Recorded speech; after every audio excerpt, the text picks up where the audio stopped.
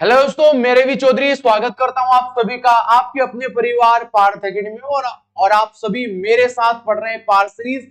और इसी पार सीरीज के माध्यम से हम लोग यूट्यूब पर पहली बार संपूर्ण रेलवे के जीके जीएस को यहां पर पढ़ रहे हैं। और हम लोगों ने प्रैक्टिस सेट 1 से यहां पर पढ़ना स्टार्ट किया था, तो आज हमारी बारी प्रैक्टिस सेट 19 को पढ़ने की। यदि आप लोगों ने इससे पहले के रेलवे के कंप्लीट इन जीएस सेटों को नहीं पढ़ा है, तो हम लोगों ने एक प्लेलिस्ट बना दी गई है, वहां पर जाकर आप सभी कंप्लीट रेलवे के इन जीके जीएस को सेट को पढ़ सकते हैं। और यदि आप लोग यूट्यूब पर पहली बार आए तो प्लीज चैनल को लाइक एंड सब्सक्राइब जरूर करिएगा। बिगर किसी देरी से शुरुआत करेंगे आज की क्लास के पहले प्रश्न के साथ में। और जो आज क्लास का पहला प्रश्न हम लोगों को क्या क्या देखने को मिलेगा, देखिएगा हम लोगों को दिया है उस नेता का नाम बताइए। क्वेश्चन नंबर फर्स्ट जो हम लोगों को आज की क्लास का जो दे के रखा है, उस नेता का नाम बताइए जिसने विरोध के कारण 1929 में कांग्रेस और मुस्लिम लीग के बीच समझौते पर सभी उम्मीदें समाप्त हो गई थी। ठीक है, ये प्रमुख रूप से हमसे पहला सवाल आज की क्लास का पूछा है। उस नेता का नाम बताइए जिसके यानी जिसने विरोध किया था, और वो भी कब, 1929 में, जिसमें कांग्रेस और मुस्लिम लीग के बीच समझौते पर सभी उम्मीदें समाप्त हो गई थी। भारत के या आपके आधुनिक भारत से यह प्रश्न पूछा गया है। चार ऑप्शन आप लोगों को देखे रखे, sir Mohammad याफ Iqbal, Mohammad Ali Jinnah, M R आयकर, यहां पर आयकर है ये, आयकर, और या जवाहरलाल साहब नेहरू। तो क्या होगा इस सवाल का राइट आंसर? तो आप सभी को याद होना चाहिएगा कि 1929 में जो आप लोगों का पूना विश्वविद्यालय देखने को मिलेगा, पूना विश्वविद्यालय, और उस समय पूना विश्वविद्यालय के जो कुलपति हुआ करते थे जिनका नाम था एम आर आयकर। कौन हुआ करते थे? एम आई आरकर हुआ करते थे, जिनके विरोध के कारण कांग्रेस और मुस्लिम लीग में बिल्कुल समझौता पूरी तरीके से समाप्त हो गया था। तो ऑप्शन नंबर सी हमें यहां पर इस सवाल का बिल्कुल राइट आंसर देखने को मिलेगा। जब हम लोग बात करेंगे भारत में मुस्लिम लीग की बात करेंगे, सवाल पूछ लेगा मुस्लिम लीग की स्थापना कब हमें देखने को मिलेगी आधुनिक भारत में, जवाब होगा कि आपका 1906 में हमें इस लीग की यहाँ पर स्थापना देखने को मिलेगी। इन प्लेस ऑफ, कहां पर इसका मुख्यालय कहां पर हुआ करता था, यानी कहां पर इसकी स्थापना देखने को मिली, जवाब होगा कि ढाका वर्तमान में कहां पर है आज? ढाका वर्तमान में हमें बांग्लादेश की कैपिटल देखने को मिलेगी। और इसी मुस्लिम लीग के एक मेंबर हुआ करते थे जिनका नाम था यहाँ पर मोहम्मद अली जिन्ना। तो इसी मोहम्मद अली जिन्ना ने, और कुल मिलाकर मुस्लिम लीग ने पहली बार, आप सभी जानेंगे कि 1940 में, कहां पर दोस्तों, ये आपके 1940 में लाहौर में पहली बार पाकिस्तान की मांग की थी। कहां पर? लाहौर में इन्होंने पहली बार यहां पर क्या किया था? पहली बार पाकिस्तान की यहां पर मांग किया था। आप लोगों को याद होना चाहिए। हम लोगों से केवल सवाल यहां पर यह पूछा गया था कि इसके विरोध के कारण मुस्लिम लीग और कांग्रेस के बीच समझौते की सभी उम्मीदें समाप्त हो गई थी। तो एम आर यायकर के विरोध के कारण दोनों के बीच संपूर्ण समझौते पर या आपकी उम्मीदें समाप्त होती हुई हम लोगों को देखने को मिलेगी। यहाँ पर यह भी याद होना चाहिएगा कि मुस्लिम लीग की स्थापना कब हुआ था? 1906 में। इसका हेडक्वार्टर आप लोगों से सवाल जो पूछ सकता है, जो कि ढाका में देखने को मिलेगा। और मुस्लिम लीग के मेंबर मोहम्मद अली जिन्ना ने कुल मिलाकर 1940 में पाकिस्तान का सबसे पहले जो यहाँ पे पेशकश की थी, मांग की थी। और आप लोगों से सिटी सवाल पूछ सकता है, कौन से शहर में किया था? तो 1940 में हमें यहाँ पर देखने को मिलता है। और कहां पर? लाहौर में। देखिए, शहर ज्यादातर इंपॉर्टेंस आप लोगों को देखने को मिलेंगे।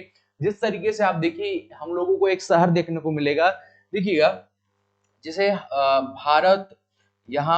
भारत व पाकिस्तान के बीच में, आप सभी जानेंगे, भारत और पाकिस्तान जब ये दोनों देश पूरी तरीके से आजाद हो गए, तो उसके बाद आप लोगों का 1960 में हमें एक सिंधु समझौता देखने को मिलेगा।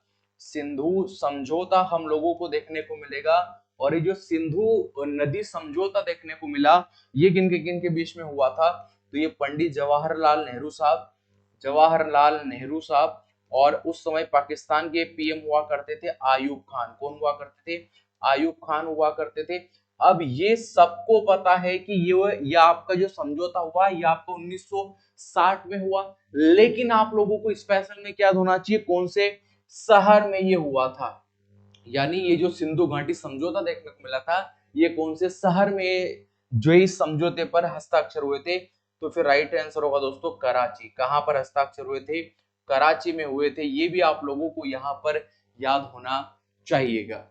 चलिएगा बढ़ेंगे नेक्स्ट प्रश्न पर, और जो नेक्स्ट प्रश्न हम लोगों को आज की क्लास का क्या देखने को मिलेगा, नेक्स्ट प्रश्न हमें देखने को मिलेगा यहाँ पर देखिएगा, भारतीय राष्ट्रीय गीत वंदे मातरम पहली बार किस राजनीतिक अवसर पर गाया गया था? यानी हमारा गीत वंदे मातरम पहली बार कब गाया था? तो आप लोगों को याद होना चाहिएगा जब कांग्रेस का 12वां भारतीय राष्ट्रीय कांग्रेस सम्मेलन, या आपका 96 में हमें देखने को मिलेगा। कहां पर?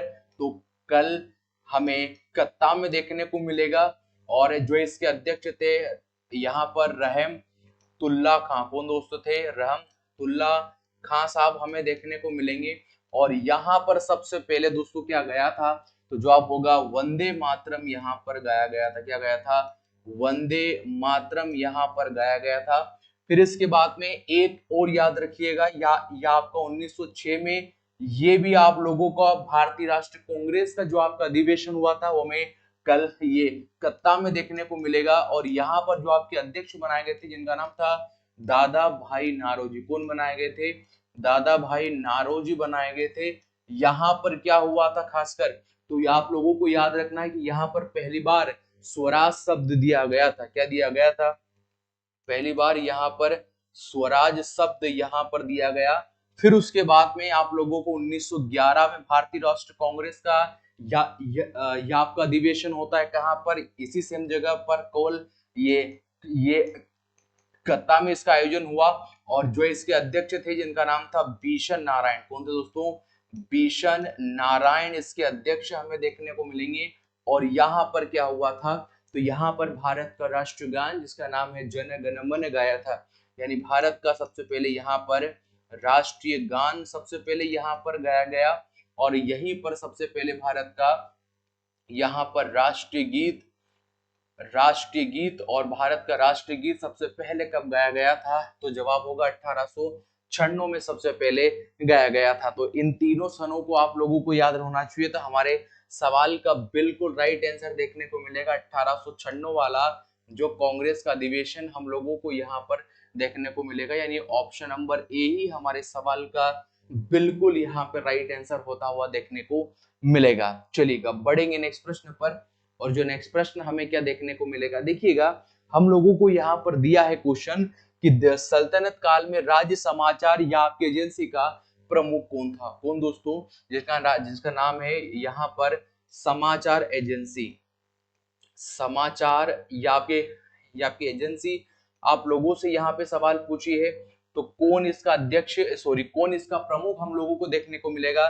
तो जवाब होगा दोस्तों वारिद ए मुमालिक। कौन देखने को मिलेगा? वारिद ए मुमालिक हम लोगों को यहाँ पर देखने को मिलेगा। यानी हमारे सवाल का बिल्कुल राइट आंसर देखने को मिलेगा ऑप्शन नंबर डी देखने को मिलेगा।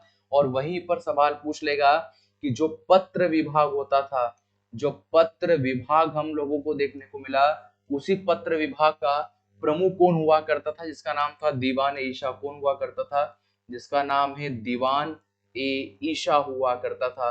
तो ये दोनों पद आप लोगों को यहाँ पर याद होना चाहिएगा। और फिर इसके बाद जो दिल्ली सल्तनत हम लोगों को देखने को मिलेगी, इसी दिल्ली सल्तनत के अंदर हम लोग जानेंगे कि हमें 5 प्रमुख यहाँ पर वंश देखने को मिलेंगे, हमें प्रमुख रूप से साम्राज्य देखने को मिलेंगे। तो ये महत्वपूर्ण नहीं है कि आप लोगों को आपके गुलाम वंश से लगाकर लोधी वंश तक आप लोगों को सभी वंश आते हैं। डिपेंड और मैटर ये करेगा क्या इनके सन भी आते हैं, यानी इनका टाइम ड्यूरेशन भी आप लोगों को आता है। ये भी एग्जाम में आजकल महत्वपूर्ण पड़ता है।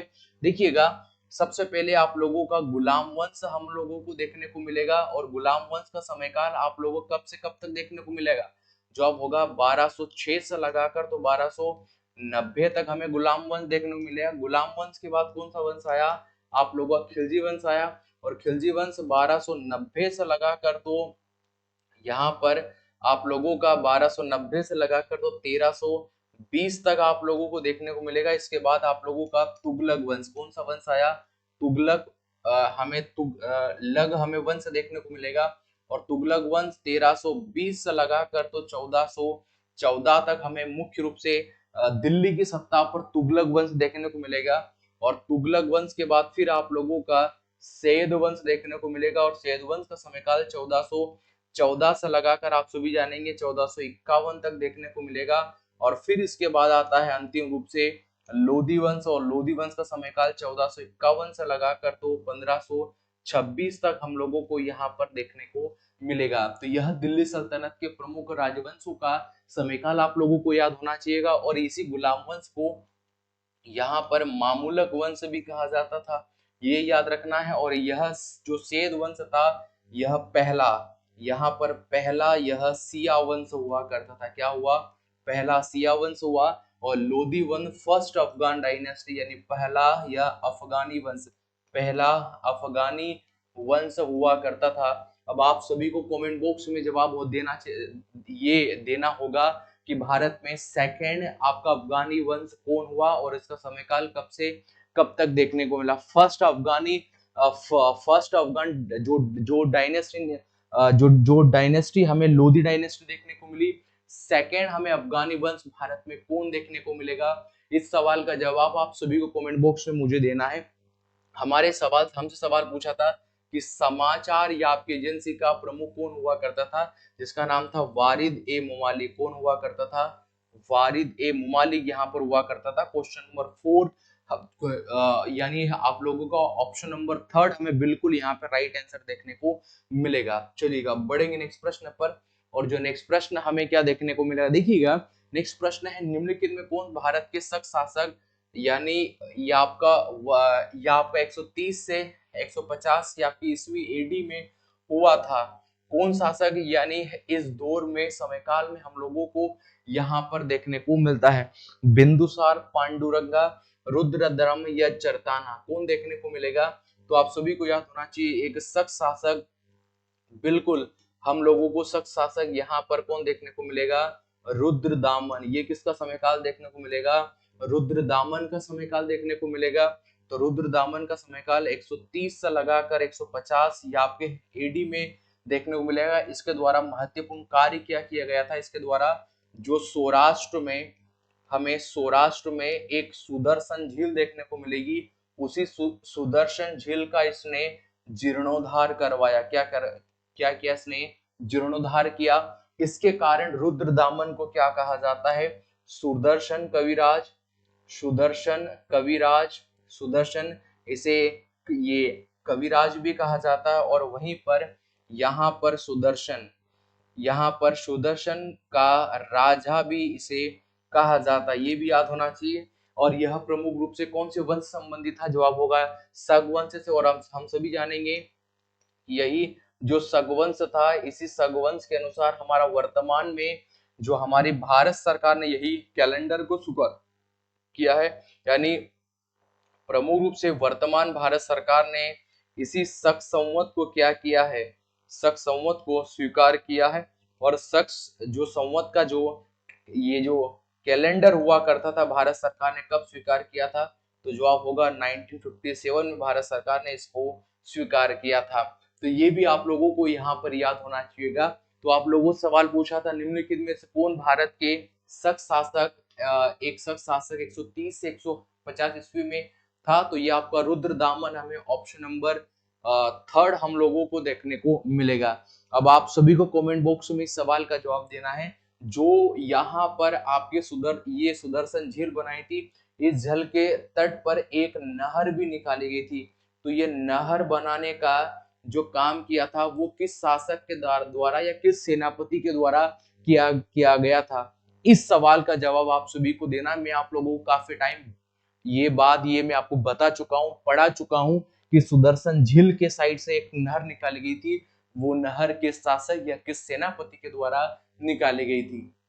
ठीक है, उस सवाल का जवाब आप सभी को कमेंट बॉक्स में मुझे देना है। चलिएगा बढ़ेंगे नेक्स्ट प्रश्न पर। और जो नेक्स्ट प्रश्न हम लोगों को यहाँ पर क्या देखने को मिलेगा, देखिएगा जो नेक्स्ट प्रश्न हमें देखने को मिलेगा, किस स्थान को बंगाल सेना की नर्सरी कहा जाता था। यानी सर्वाधिक जो सैनिक थे बंगाल वाले क्षेत्र में, कहा कौन से स्थान पर सर्वाधिक सैनिक हुआ करते थे, जहां से वो आपकी ब्रिटिश सेना में क्या हुए, शामिल हुए। तो वो जो एक प्रकार की जो ये नर्सरी थी, तो वो नर्सरी किसको कहा जाता था, अवध, बंगाल, पूर्वी उत्तर प्रदेश या पंजाब, तो वो किसको कहा जाता था, अवध को यहाँ पर कहा जाता था। ठीक है, क्योंकि ब्रिटिश सेना में यहीं से सबसे ज्यादा क्या हुए थे, सैनिक शामिल हुए थे। ऑप्शन नंबर ए हमारे सवाल का बिल्कुल राइट आंसर यहाँ पर देखने को मिलेगा। चलिएगा बढ़ेंगे नेक्स्ट प्रश्न पर। और जो नेक्स्ट प्रश्न हमको क्या देखने को मिलेगा, हम लोगों को जो देखने को मिलेगा नेक्स्ट प्रश्न, निम्नलिखित में से कौन सी समिति पूंजी खाता परिवर्तन नियता से संबंधित है। तो ये पूंजी खाता परिवर्तन नियमिता से कौन सी समिति है, हमें यहाँ पर देखने को मिलेगी रंगराजन समिति, एस एस तारापोरा समिति, ये यहाँ पर एस एस तारापोरा समिति, बिल्कुल तारापोरा समिति हमें यहाँ पर देखने को मिलेगी। और ये आपकी कौन सी, ये आपका पूंजी खाता परिवर्तनीयता से संबंधित है, ये हमें देखने को मिलेगा। आप लोगों को याद होना चाहिएगा। और एक हमें यहाँ पर आपकी रंगराजन समिति देख रखा है, कौन सी, रंगराजन समिति देखने को मिलेगा। देखो रंगराजन समिति के बारे में बात करेगा तो ये भी गरीबी रेखा के लोगों के लिए यहाँ पर बनाई गई थी। यानी मुख्य रूप से गरीबी को देखने के लिए, भारत में जो कितनी गरीबी है या नहीं उसको जांच करने के लिए भारत में एक रंगराजन समिति का जो निर्माण किया गया था। इससे पहले मैं आप लोगों को पढ़ा चुका हूं कि वर्तमान में तौर पर जो सबसे प्रामाणिक गरीबी रेखा है वो यहाँ पर तेंदुलकर समिति की रेखा मानी जाती है। परंतु रंगराजन समिति बनाई गई थी और रंगराजन समिति ने ये कहा था, और ये रंगराजन जो समिति है ये भारत सरकार को अपनी रिपोर्ट का प्रकाशन कब करेगी, तो जवाब होगा 2014 में करेगी। और ये अपनी रिपोर्ट में कहेगी कि यदि कोई भारतीय यदि वह ग्रामीण क्षेत्र से है, यदि उसके द्वारा हर दिन 32 रुपए खर्च किए जाएंगे, कितने रुपए, यदि 32 रुपए हर दिन खर्च किए जाएंगे, और यदि कोई शहरी क्षेत्र में निवास करता है, यदि उसके द्वारा यदि हर दिन 47 रुपए खर्च किए जाएंगे, तो वह व्यक्ति गरीब रेखा से बाहर आना चाहिए, वह भारत में गरीब नहीं रहेगा। इसकी शर्त ये थी कि जो गांव में रहने वाला व्यक्ति वह 32 रुपए खर्च करना चाहिए, और वहीं पर जो शहर में रह रहा है वो 47 रुपए हर दिन खर्च करना चाहिए। तो यह इस समिति की मुख्य बातें थी जो इसने 2014 के में अपनी रिपोर्ट में कही थी। ठीक है, ये आप लोगों को याद होना चाहिएगा। तो ये भी गरीबी रेखा से थी। तो आप लोगों से इसके ये दो कॉन्सेप्ट पूछ सकता है कि रंगराजन समिति ने यानी 32 रुपए खर्च के बारे में किसका प्रावधान किया था। यदि कोई ग्रामीण होगा, गांव से बिलोंग करेगा, यदि वो हर दिन 32 रुपए खर्च करेगा, शहर का व्यक्ति जो 47 रुपए हर दिन खर्च करेगा, वह गरीब रेखा से बाहर आना चाहिए। सबसे पहले इस समिति ने जो हमें बताया था। लेकिन हम लोगों से पूंजी खाता परिवर्तन संबंधित पूछा था, तो ऑप्शन नंबर बी बिल्कुल हमें इस सवाल का राइट आंसर यहाँ पर देखने को मिलेगा। चलिएगा बढ़ेंगे नेक्स्ट प्रश्न पर। और जो नेक्स्ट प्रश्न हमें देखने को मिला, देखो बेहद सरल प्रश्न जो पूछा गया है। मुझे लगता है आज की क्लास भी बेहद ही सरल होने वाली है, क्योंकि आज की क्लास में इतने ज्यादा डॉट क्वेश्चन, इतने ज्यादा हार्ड क्वेश्चन हमें देखने को नहीं मिल रहे हैं। ये आपका स्तूप क्या है, हम लोगों सवाल पूछा है। एक शवाधान टीला है, फर्स्ट ऑप्शन देखने को मिलेगा। सेकंड ऑप्शन यहाँ का आवासीय क्षेत्र है, खुला सभागृह या प्रार्थना सभागृह है। तो आप लोगों को याद होना चाहिए ये ऑप्शन नंबर है, यानी शवाधान टीला हम लोगों को देखने को मिलेगा। ठीक है, ये हम लोगों को, और भारत में या आपकी स्तूप परंपरा हमें कब से देखने को मिली, तो जवाब होगा मौर्य काल से हमें सबसे पहले पूरे भारतवर्ष में आपकी स्तूप बनाने की शैलियां हम लोगों को यहाँ पर देखने को मिलती हैं। ठीक है, चलिएगा बढ़ेंगे नेक्स्ट प्रश्न पर। और जो नेक्स्ट प्रश्न हम लोगों को यहाँ पर क्या देखने को मिलेगा, देखिएगा नेक्स्ट प्रश्न देखने को मिलेगा बुक्सा अभ्यारण्य। ये बुक्सा अभ्यारण्य कहाँ पर है, तो ये याद होना चाहिए। ये हम लोगों को आपके पश्चिम बंगाल में देखने को मिलेगा। पश्चिम बंगाल में एक आप लोगों का बुक्सा अभ्यारण्य, कौन सा अभ्यारण्य, आप लोगों का बुक्सा याप का अभ्यारण्य हमें देखने को मिलेगा। और यहीं पर आप लोगों का गोरुपारा, कौन सा दोस्तों, गोरुपारा अभ्यारण्य, गोरुपारा अभ्यारण्य आप लोगों को यहीं पर देखने को मिलेगा। और वहीं पर दोस्तों आप लोगों को सिंह लीला, कौन सा, सिंह लीला अभ्यारण्य, तो सिंह लीला अभ्यारण्य भी आप लोगों को यहीं पर देखने को मिलेगा। और इसके बाद में आप लोगों का जल्दपारा, कौन सा दोस्तों, जल्दपारा अभ्यारण्य।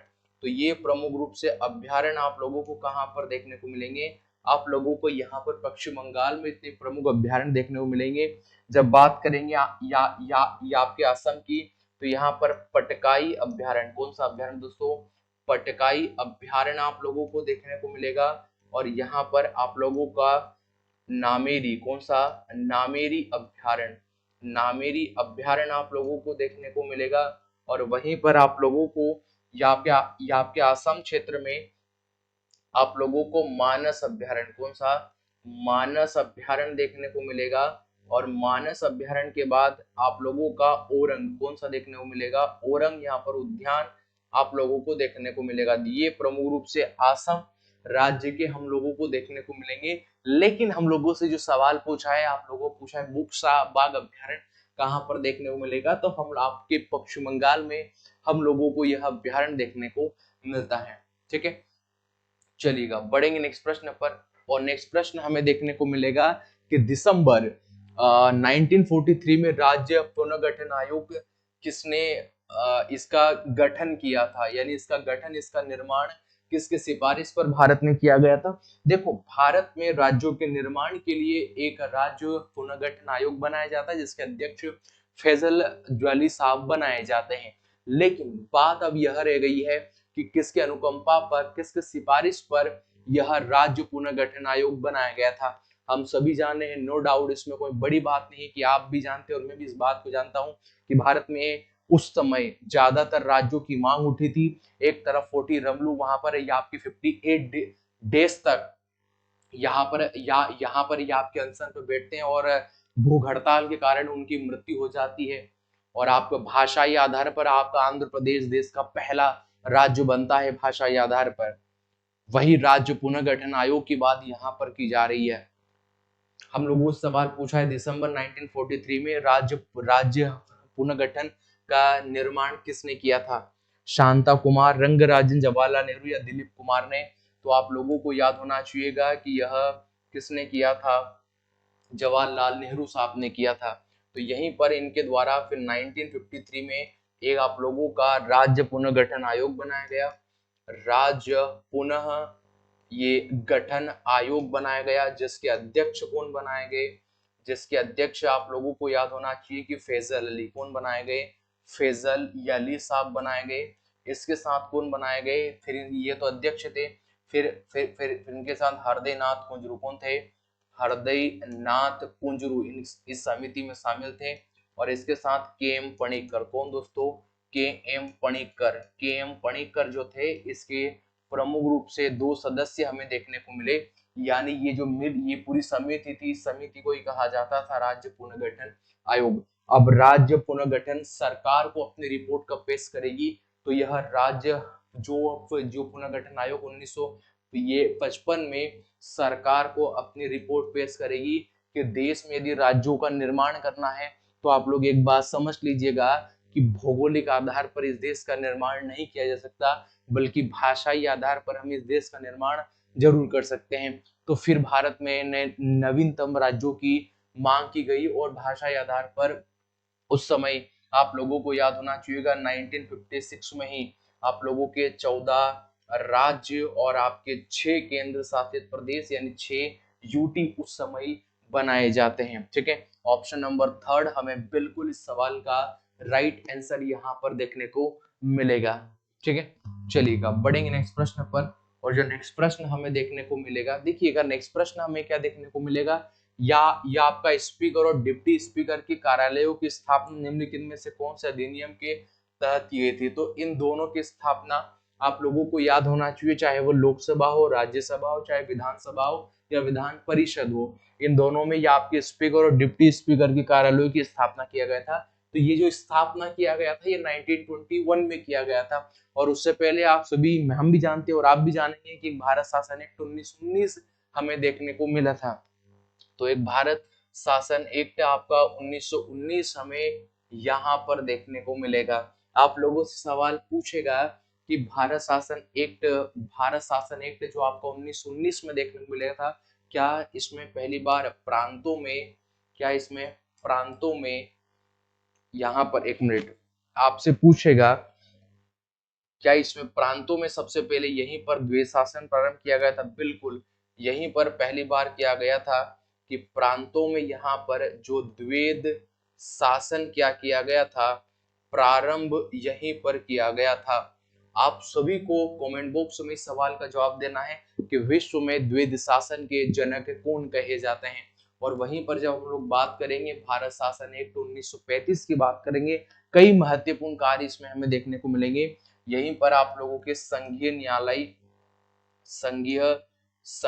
न्यायपालिका का प्रावधान यहीं पर किया गया।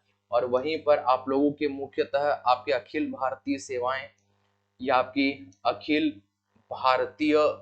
अखिल भारतीय सेवाओं का सृजन यहाँ पर किया जाएगा। अब यहाँ पर क्या किया गया था, जो आपके प्रांत में यहाँ पर द्वैध शासन को क्या कर दिया गया, पूर्णतः समाप्त कर दिया। याद रखना, भारत शासन एक्ट 1935 में ही प्रांतों में द्वैध शासन समाप्त कर दिया था, लेकिन फिर से इसे केंद्र में द्वैध शासन प्रारंभ कर दिया गया। केंद्र में क्या किया गया था, द्वैध शासन यहाँ पर प्रारंभ किया गया। देखिए, प्रारंभ किया गया, ये याद रखिएगा आप सभी कि प्रांतों में द्वैध शासन कब आया था। भारत शासन एक्ट आपका 1919 में देखने को मिला था, लेकिन जब भारत शासन एक्ट 1935 आता है, इसके तहत प्रांतों में द्वैध शासन बिल्कुल समाप्ति किया जा रहा है, नो डाउट, इसमें कोई शक की बात नहीं है। लेकिन इसी के तहत केंद्र में पहली बार द्वैध शासन प्रारंभ कर दिया गया था।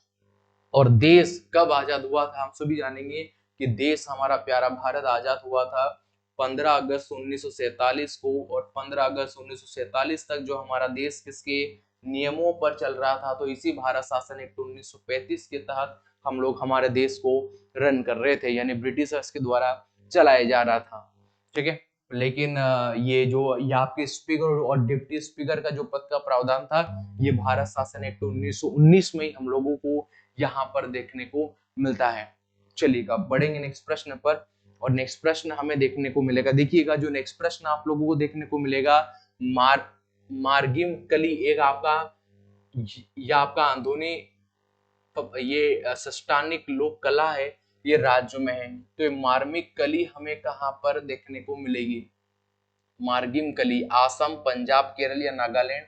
तो हम लोगों को केरल राज्य में देखने को मिले। कहां पर? केरल राज्य में देखने को मिलेगी। ऑप्शन नंबर 3 हमारे सवाल का बिल्कुल राइट आंसर यहाँ पर देखने को मिलेगा। चलिएगा, पढ़ेंगे नेक्स्ट प्रश्न पर। और जो नेक्स्ट प्रश्न हमें क्या देखने को मिलेगा, देखिए बेहद अच्छा प्रश्न है। नेक्स्ट प्रश्न हम लोगों को देखने को मिलेगा, भारत के सांस्कृतिक आपके इतिहास के संदर्भ में गाम्बेयटा कौन सा दोस्तों? यहाँ पर गाम्बेयटा के बाद पावाकुथु, कौन सा? पावाकुथु। और पावाकुथु के बाद में कुंधेई, कौन सा? कुंधेई। ये जो है, ये तीनों हमें, ये किससे संबंधित है? दक्षिण भारतीय क्या लोक नृत्य हमें देखने को मिलेंगे, या फिर संगीत वाद्य यंत्र? बिल्कुल, संगीत वाद्य यंत्र तो हमने पहले ही पढ़ चुके, ये तो नहीं है। आदिवासी भाषाएं, हो सकता है आदिवासी भाषाएं हैं। और कठपुतली का एक तमाशा, तो ये याद होना चाहिएगा, ये कठपुतली का एक तमाशा हम लोगों को देखने को मिलेगा। यानी ऑप्शन नंबर 4 इस सवाल का बिल्कुल राइट आंसर देखने को मिलेगा। मोस्ट आईएमपी देखने को मिलेगा, इसको आईएमपी टिक लगा ले। वैसे सभी आईएमपी होते हैं, हम जो प्रश्न लेकर आते हैं वो सभी आईएमपी होते हैं, लेकिन शायद आप लोगों ने पहली बार पढ़ा होगा, इसको हाईलाइट कर लीजिएगा। चलिएगा, बढ़ेंगे नेक्स्ट प्रश्न पर। और नेक्स्ट प्रश्न हमें देखने को मिलेगा, जो नेक्स्ट प्रश्न है कि गणित के क्षेत्र में सबसे प्रतिष्ठित पुरस्कार एबल पुरस्कार 2024 से सम्मानित किसे किया गया है? ठीक है, किसे किया गया था? और ये कब की बात है? 2023 में लुइस कैप्रेली को यहाँ पर लोवाज को, पार्नेल लुली सुलीवन को और हिलेल फुस्टेरबर्ग को। तो ये लुइस कैफ्रेली को यहाँ पर दिया गया था 2023 में आपका एबल पुरस्कार, जो गणित के क्षेत्र में दिया जाता है। ऑप्शन नंबर ए हमें यहाँ पर देखने को मिलेगा। चलिएगा बढ़ेंगे नेक्स्ट प्रश्न पर, और जो नेक्स्ट प्रश्न हमें देखने को मिलेगा, मार्लिन पुरस्कार किस क्षेत्र में दिया जाता है? बेहद इंपॉर्टेंट है, मार्लिन पुरस्कार किस क्षेत्र में दिया जाता है? चार ऑप्शन आप लोगों को यहाँ पर देखने को मिलेंगे, संगीत के क्षेत्र में, खेल, शांति या जादू के क्षेत्र में। तो आप लोगों को याद होना चाहिएगा, यह जादू टोना वशीकरण तर्क वितर्क के रूप में दिया जाता है, यानी ऑप्शन नंबर डी हमें यहाँ पर देखने को मिलेगा। चलिएगा बढ़ेंगे नेक्स्ट प्रश्न पर, और जो नेक्स्ट प्रश्न हमें देखने को मिलेगा, यहाँ पर देखने को मिलेगा, रायबली में रानी रामपाल के सम्मान में आपके स्टेडियम का नाम बदलकर रानी गर्ल्स टर्फ कर दिया गया है। रानी रामपाल खेल से संबंधित है। आप सभी जानेंगे रानी रामपाल हॉकी से संबंधित है। कौन से खेल से? हॉकी से यहाँ पर संबंधित है। ऑप्शन नंबर सी बिल्कुल हमें इस सवाल का राइट आंसर यहाँ पर देखने को मिलेगा। चलिएगा बढ़ेंगे नेक्स्ट प्रश्न पर, और जो नेक्स्ट प्रश्न हमें देखने को मिलेगा, भारत के जन्मी या आपका इंदिरा नूई निम्नलिखित में से किस कंपनी की मुख्य कार्यकारी या आपके अधिकारी या सीईओ है?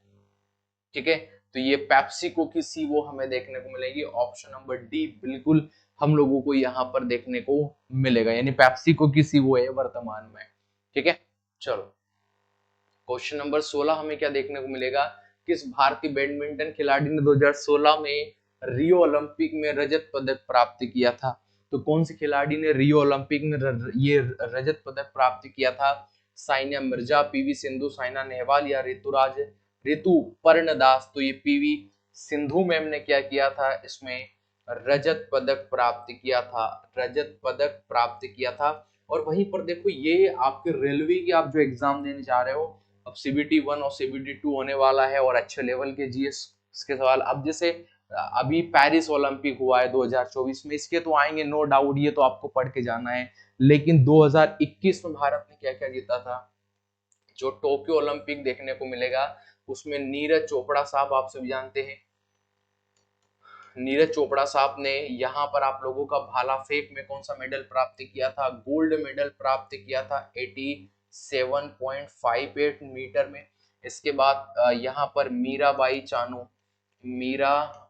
चानू ने क्या किया था? मीराबाई चानू ने यहाँ पर सिल्वर मेडल प्राप्त किया था, आप सभी जानेंगे। इसके बाद रवि यहाँ पर कुमार दहिया ने भी सिल्वर मेडल प्राप्त किया था। इसके बाद पीवी सिंधु, कौन दोस्तों?